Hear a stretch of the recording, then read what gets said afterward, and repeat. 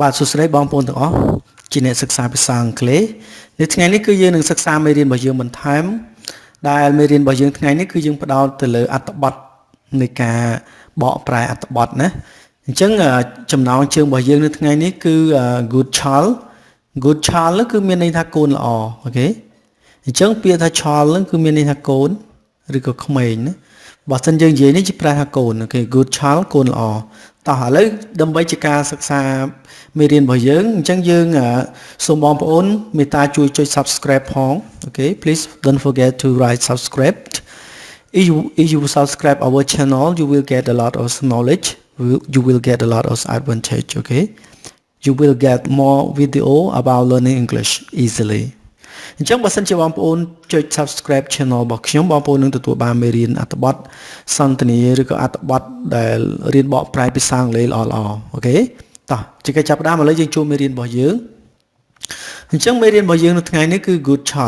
child គឺមានន័យថាកូនល្អអូខេឥឡូវយើងអានអត្ថបទរបស់យើងដូចតទៅតោះ Peter always listen to his mother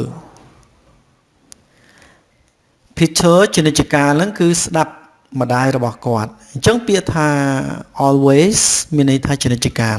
ហើយ Peter នេះគឺជាឈ្មោះទេ listen នេះគឺមានន័យថាស្ដាប់អញ្ចឹង listen to ណាម្នាក់យើងស្ដាប់អីមួយឬក៏ស្ដាប់នរណាម្នាក់អូខេ his mother ម្ដាយរបស់គាត់ Peter's always listen to his mother Peter ហ្នឹងគឺជានិច្ចកាលស្ដាប់ម្ដាយរបស់គាត់He always does what she says.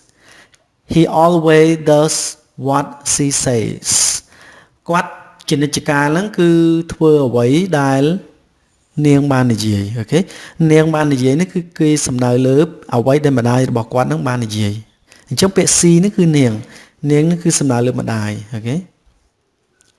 say នេះគឺមានន័យថានិយាយ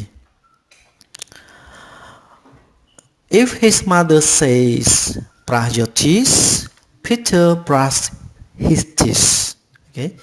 If his mother says brush your teeth, Peter brushes his teeth. ប្រសិនបើ if យើងប្រែថាប្រសិនបើ his mother ម្ដាយរបស់គាត់និយាយថាដុសធ្មេញរបស់អ្នក Peter ដុសធ្មេញរបស់គាត់អូខេឥឡូវយើងសិក្សា clear ដូចតទៅ if នេះគឺយើងប្រែថាប្រសិនបើ his mother ម្ដាយរបស់គាត់អូខេ say នឹងនិយាយ brush នឹងមានន័យថាដុសខាត់បើធ្មេញរបស់យើងនឹង brush នេះគឺសំដៅលើដុសធ្មេញអូខេ brush your teeth នឹងមានន័យថាធ្មេញ brush your teeth នឹងគឺដុសធ្មេញរបស់អ្នកPeter brushes his teeth. Peter ដុសធ្មេញរបស់គាត់អូខេប្រសិនបើម្ដាយរបស់គាត់និយាយដុសធ្មេញរបស់អ្នក Peter ដុសធ្មេញរបស់គាត់ភ្លាមណាអញ្ចឹងពាក្យ brushes នេះគឺដុសធ្មេញអូខេនៅក្នុងអត្ថបទយើង If his mother says goes to bed Peter goes to bedប្រសិនបើម្ដាយរបស់គាត់និយាយថាទៅដេក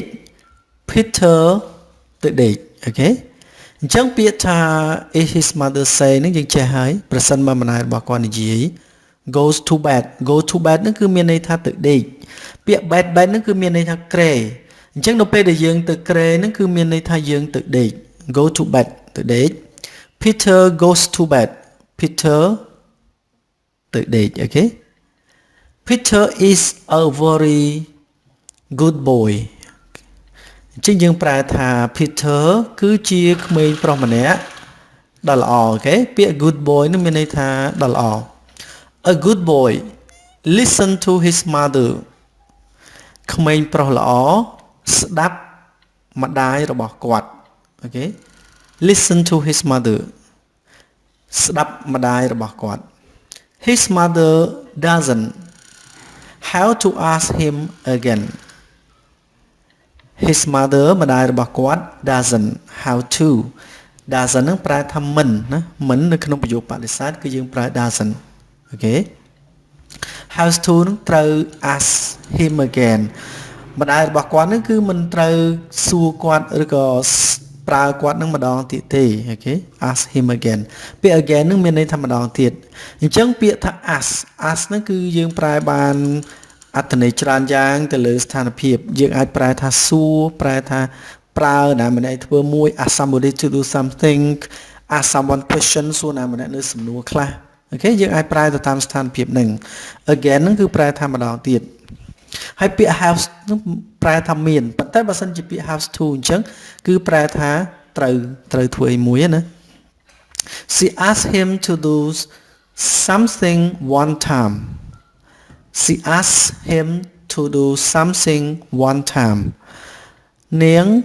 ឬក៏គាត់ហ្នឹងគឺប្រើឲ្យគាត់អូខេអញ្ចឹងនាងប្រើឲ្យគាត់ធ្វើរឿងរ៉ាវផ្សេងហ្នឹងគឺចំនួនម្ដងអញ្ចឹងមានន័យថាប្រើតែម្ដងឯណាអញ្ចឹង C នេះគឺសំដៅលើម្ដាយហើយពាក្យ him នេះគាត់នេះគឺសំដៅលើកូនប្រុសហ្នឹងកាលណាមនុស្សប្រុសគេប្រើ him កាលណាវាជា object pronoun អញ្ចឹង She asked him to do something one time គាត់នាងសុំឲ្យគាត់ហ្នឹងធ្វើការអីឬក៏ធ្វើការអីផ្សេងហ្នឹងគឺ one time គឺតែម្ដងអូខេAnd she doesn't ask him again ហើយនាងមិនប្រើគាត់នឹងម្ដងទៀតនោះទេអូខេ She doesn't ask him again ហើយនាងមិនប្រើគាត់នឹងម្ដងទៀតនោះទេ Peter is a good boy Peter គឺជាក្មេងប្រុសល្អម្នាក់ Peter is a good boy Peter គឺជាក្មេងប្រុសល្អម្នាក់ He does what his mother asked for the first time អូខេគាត់ធ្វើអ្វីដែលម្ដាយរបស់គាត់នឹងសុំឲ្យគាត់ធ្វើ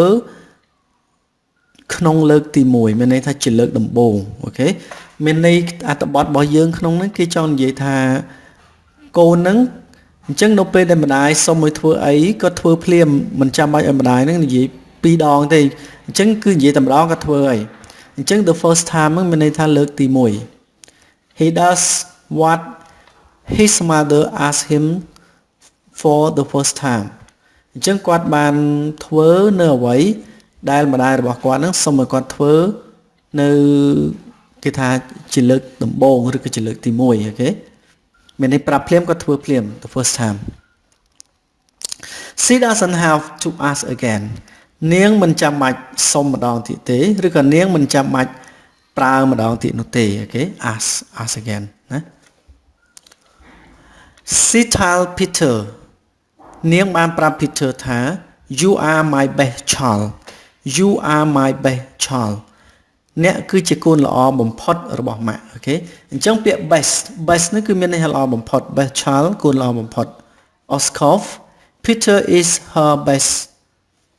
child អូខេ Oskov ជាការពិត Oskov នោះយើងប្រែថាជាការពិត Peter is her best child Peter គឺជាកូនល្អបំផុតរបស់នាង Peter is her only one child Peter គឺជាកូនប្រុសតែម្នាក់គាត់របស់នាងអូខេអញ្ចឹង Peter is her only one child ពាក្យថា only one ហ្នឹងគឺតែប៉ុណ្ណោះអូខេបើ only one អញ្ចឹងតែមួយគត់ណា only one child ជាកូនតែមួយគត់អូខេអញ្ចឹងក្នុងអត្ថបទនេះគេសរសេរថា Peter is her only one child Peter គឺជាកូនតែម្នាក់គត់របស់នាង Okay I hope you understand this lesson I hope you understand I hope you catch everything that I explained you especially the word phrase and sentence and some structure that you have seen in this lesson okay អញ្ចឹងសង្ឃឹមថាបងប្អូនយល់ប៉ុន្តែអ្វីដែលបងខ្ញុំចង់បង្ហាញបងប្អូនមានឃើញទេឧទាហរណ៍នៅពេលដែលយើងប្រើកិរិយាសព្ទណាមួយកិរិយាសព្ទហ្នឹងគឺមាន time s ឧទាហរណ៍ដូចជា listen ហ្នឹងស្ដាប់ណាហេតុអ្វីបានជាកិរិយាសព្ទគេ time s អញ្ចឹងព្រោះវាជា present simple use with third person singular អញ្ចឹងវាមាន s ដោយសារតែកិរិយាសព្ទនេះត្រូវបានគេប្រើជាមួយនឹងបរិះទី3ឯកវចនៈណាអញ្ចឹងឧទាហរណ៍ថា Peter ហ្នឹងយើងនិយាយពី Peter ជាបរិះទី3ហើយខ្ញុំនឹងនិយាយទី1បងប្អូនអ្នកស្ដាប់ទី2 Peter ដែលយើងនិយាយដើមដែលយើងនិយាយពីគាត់ជាបរិះទី3ហើយយើងនិយាយ អំពីគាត់តែម្នាក់អញ្ចឹងនៅពេលដែលយើងប្រើកិរិយាសព្ទជាមួយបរិយាទី3 I វចនៈបរិយាទី3មានតែម្នាក់អញ្ចឹងកិរិយាសព្ទដែលយើងប្រើគឺត្រូវថែម s អូខេឬក៏ es អាស្រ័យទៅលើស្ថានភាពលក្ខខណ្ឌរបស់វាអញ្ចឹងសង្ឃឹមថាបងប្អូនយល់ត្រង់ចំណុចនេះតើឥឡូវយើងចាប់តាមតមេរៀនរបស់យើងទៀត Okay now let's continue vocabulary តើឥឡូវយើងសិក្សាពាក្យនៅក្នុងអត្ថបទរបស់យើង listen ហ្នឹងគឺមានន័យថាស្ដាប់ part of speech is a verb part of speech របស់វាគឺជាកិរិយាសព្ទ listen okay listen to something or someone អញ្ចឹង listen ហ្នឹងគឺស្ដាប់របស់អ្វីមួយមានន័យស្ដាប់អីមួយស្ដាប់វត្ថុអីមួយឬក៏ស្ដាប់នរណាម្នាក់អញ្ចឹង some គេដាក់ s ចុចដាក់ o អញ្ចឹងមានន័យ someone នរណាម្នាក់គេសំដៅទៅលើមនុស្សអូខេ example I listen to music ខ្ញុំស្ដាប់ភ្លេងណា music នេះភ្លេងឬក៏តន្ត្រីអញ្ចឹងហើយគឺកាលណាយើងប្រើ listen វាត្រូវតែ listen to ហ្នឹងគឺស្ដាប់អីមួយអូខេ He listened to his mother គាត់ស្ដាប់ម្ដាយរបស់គាត់បងប្អូនឃើញកន្លែង listen នេះគឺឃើញមាន s ដោយសារតែយើងប្រើជាមួយ he នេះគឺជាបរិយាទី3 ឯកវចនៈកាលណាយើងប្រើជាមួយ I បរិយាទី1អញ្ចឹង listen នឹងអត់មាន s ណាបងប្អូនកុំអោយច្រឡំគ្នាអូខេ He listened to his mother គាត់ស្ដាប់ម្ដាយរបស់គាត់អូខេម្ដាយរបស់គាត់នឹងគឺជាមនុស្សអញ្ចឹងកន្លែងនេះវាចូល so នឹងគឺ someone ហើយកន្លែង music ហ្នឹងគឺ something ណាអញ្ចឹងនៅពេលដែលយើង listen ហ្នឹង structure ដែលយើងសរសេរអាចជា listen to something ឬក៏ listen to someone អូខេ They listen to teacher ពួកគេស្ដាប់គ្រូអូខេអញ្ចឹងកន្លែង they ហ្នឹងពួកគេហ្នឹងគឺ listen អត់មាន s ទេដោយសារបរិយាទី3វាពហុវចនៈវាច្រើនគ្នាយើងថែម s ក្នុងករណីដែលបរិយាទី3ហ្នឹងមានតែម្នាក់អូខេកាលណាមានច្រើនអ្នកគឺយើងអត់ថែម s វិញហើយ I like listening to songs ខ្ញុំចូលចិត្តអូខេខ្ញុំចូលចិត្តស្ដាប់តន្ត្រីស្ដាប់បទចម្រៀងអូខេ songs បទចម្រៀងបងប្អូនឆ្ងល់ទេហេតុអីបានជា listen កន្លែងនេះគឺមានថែម ingហ្នឹងគឺ ing listen យើងបញ្ចប់ដល់អក្សរ n ហ្នឹងគឺស្មើ no ing នេះអូខេ ng នេះស្មើ ngo ណា I ស្មើ e អញ្ចឹង no e នេះ ning listening នៅពេលដែលយើងប្រើកិរិយាសព្ទណាក៏ដោយឲ្យទៅឈរនៅខាងក្រោយកិរិយាសព្ទ lie នេះបងប្អូនត្រូវចាំណាកិរិយាសព្ទហ្នឹងត្រូវតែបន្ថែម ing ឲ្យវាប៉ុន្តែអត្ថន័យវានៅដដែល I like listening to songs ខ្ញុំចូលចិត្តស្ដាប់បទចម្រៀងអូខេអញ្ចឹងយើងបន្ថែម ing ឲ្យវាគឺដោយសារតែវាឈរនៅខាងក្រោយកិរិយាសព្ទ lie នេះ Okay now let's move to this is the conversation that we have to know that we have to practice អូខេតើឥឡូវគឺសន្ទនានេះយើងត្រូវដឹងហើយយើងត្រូវរៀនអនុវត្តវាឧទាហរណ៍ម្នាក់គាត់សួរថា Do you like listening to music Do you like ហ្នឹងតើអ្នកចូលចិត្ត listening to music ស្ដាប់តន្ត្រីទេអូខេ B គាត់ឆ្លើយ Yes I do បាទខ្ញុំចូលចិត្ត And what about you ហើយចុះអ្នកវិញអូខេម្នាក់ទៀតគាត់ឆ្លើយថា No I don't ទេខ្ញុំមិនចូលចិត្តទេ I don't ហ្នឹងគឺមកពី I do not No I don't ទេខ្ញុំមិនចូលចិត្តទេ I don't like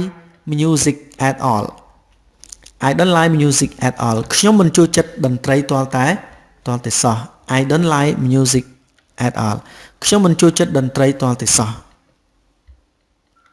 Okay I hope you understand this conversation តោះឥឡូវសង្ឃឹមថាបងប្អូនយល់ឥឡូវយើងចូលដល់ពាក្យមួយទៀតដែលដកស្រង់ចេញពីអត្ថបទរបស់យើងដែរគឺ ask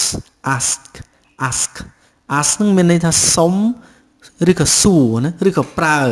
ណាម្នាក់ឲ្យធ្វើអីមួយអូខេ example តើលើមើលឧទាហរណ៍ I ask my father to help me អូខេ I ask my father to help me អូខេខ្ញុំសុំឲ្យឪពុករបស់ខ្ញុំហ្នឹង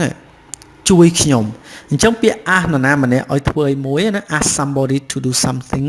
មានន័យថាពឹងនរណាម្នាក់ឬក៏សុំនរណាម្នាក់ធ្វើអីឲ្យយើងមួយណាយើងមិនមែនប្រើថាសួរទេអូខេ I ask my father to help me ពាក្យ help នឹងជួយណាខ្ញុំសុំឲ្យឪពុករបស់ខ្ញុំនឹងជួយខ្ញុំ She asked a lot of questions today នាងបានសួរសំណួរច្រើនណាស់ថ្ងៃនេះអញ្ចឹងពាក្យ ask ពេលនេះគឺយើងប្រែថាសួរបានណាប្រែថាសួរណា a lot of questions សំណួរជាច្រើន today នៅថ្ងៃនេះ I never ask you about your personal information okay I never ask you about your personal information ខ្ញុំមិនដែលសួរអ្នកអូខេ ask you នឹងសួរអ្នក about នឹងប្រែថាអំពី your personal information ព័ត៌មានផ្ទាល់ខ្លួនរបស់អ្នកនោះទេអញ្ចឹងពាក្យ information នឹងប្រែថាព័ត៌មានពាក្យ personal នឹងគឺមានន័យថាផ្ទាល់ខ្លួននៅពេលដែលយើងបូកចូលគ្នាគឺ personal information នឹងគឺព័ត៌មានផ្ទាល់ខ្លួនណាធម្មតាព័ត៌មានផ្ទាល់ខ្លួនគឺបើសិនជាយើងសួរគេទៅគឺវាអត់គួរសមទេគេថា not polite គេថាយើងនឹងគឺមិន polite ប៉ុន្តែបើសិនបងប្អូនចង់សួរគេត្រូវអនុញ្ញាតពីគេសិនណា ask permission អូខេហើយបើគេណាគេឆ្លើយ yes យើងសួរទៅវាអីទេ Don't ask me I have no idea about it អូខេ Don't នឹងប្រែថាកុំអូខេកាលណាវាប្រើនៅដើមប្រយោគអញ្ចឹងគឺជាប្រយោគដែលលក្ខណៈថាបញ្ជាកុំ Don't ask me នេះកុំសួរខ្ញុំអូខេ Don't ask me កុំសួរខ្ញុំ I have no idea about it ខ្ញុំមិនដឹងអំពីវានោះទេអញ្ចឹងពាក្យថា no idea ពាក្យ idea នេះគំនិតយោបល់កាលណាយើងនិយាយថា no idea គឺមានន័យថាយើងអត់ដឹងវាស្មើនឹងពាក្យ I don't know ខ្ញុំអត់ដឹងទេ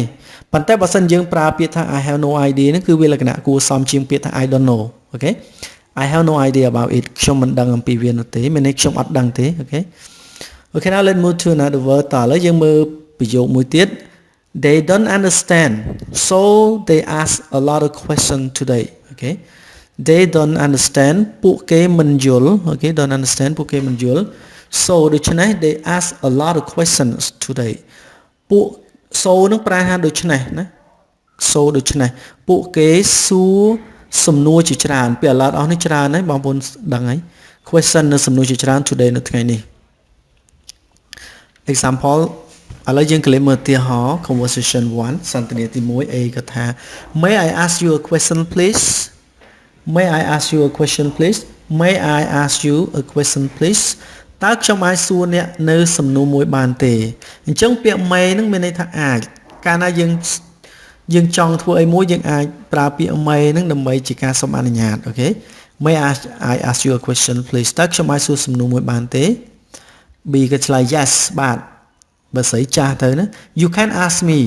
what you want អូខេលោកឬក៏អ្នកអាចសួរខ្ញុំនៅអ្វីដែលអ្នកចង់មានន័យថាអ្នកអាចសួរខ្ញុំនៅអ្វីដែលអ្នកចង់សួរអូខេ What you want Could I ask you some personal question please អូខេតើខ្ញុំអាចសួរអ្នកនៅសំណួរផ្ទាល់ខ្លួនខ្លះបានទេអូខេអញ្ចឹងបងប្អូនត្រូវចាំនៅពេលដែលយើងចង់សួរសំណួរផ្ទាល់ខ្លួនណាម្នាក់បងប្អូនត្រូវប្រើប្រយោគមួយនេះ Could I ask you some personal question please Could I ask you some personal question please តើខ្ញុំអាចសួរអ្នកនៅសំណួរផ្ទាល់ខ្លួនខ្លះបានទេ No you couldn't អូខេទេអ្នកមិនអាចសួរបានទេអូខេ B នេះក៏រត់ឲ្យសួរណា No you couldn't ទេអ្នកមិនអាចសួរបានទេ I don't like personal question ខ្ញុំមិនចូលចិត្តសំណួរផ្ទាល់ខ្លួននោះទេ Okay I hope you understand our lesson តោះអញ្ចឹងខ្ញុំសង្ឃឹមថាបងប្អូនយល់មេរៀនរបស់យើងហើយសូមបងប្អូនកុំភ្លេចបើក channel របស់ខ្ញុំដើម្បីមើលមេរៀនបន្តទៀតអូខេហើយសូមកុំភ្លេចជួយ subscribe ផងបើសិនជាបងប្អូនមិនទាន់បាន subscribe ពីព្រោះ subscribe វាអាចធ្វើឲ្យយើងបានរៀនភាសាអង់គ្លេសទាំងអស់គ្នាណាបងប្អូននឹងទទួលបានមេរៀនល្អៗថ្មីៗដែលខ្ញុំមាន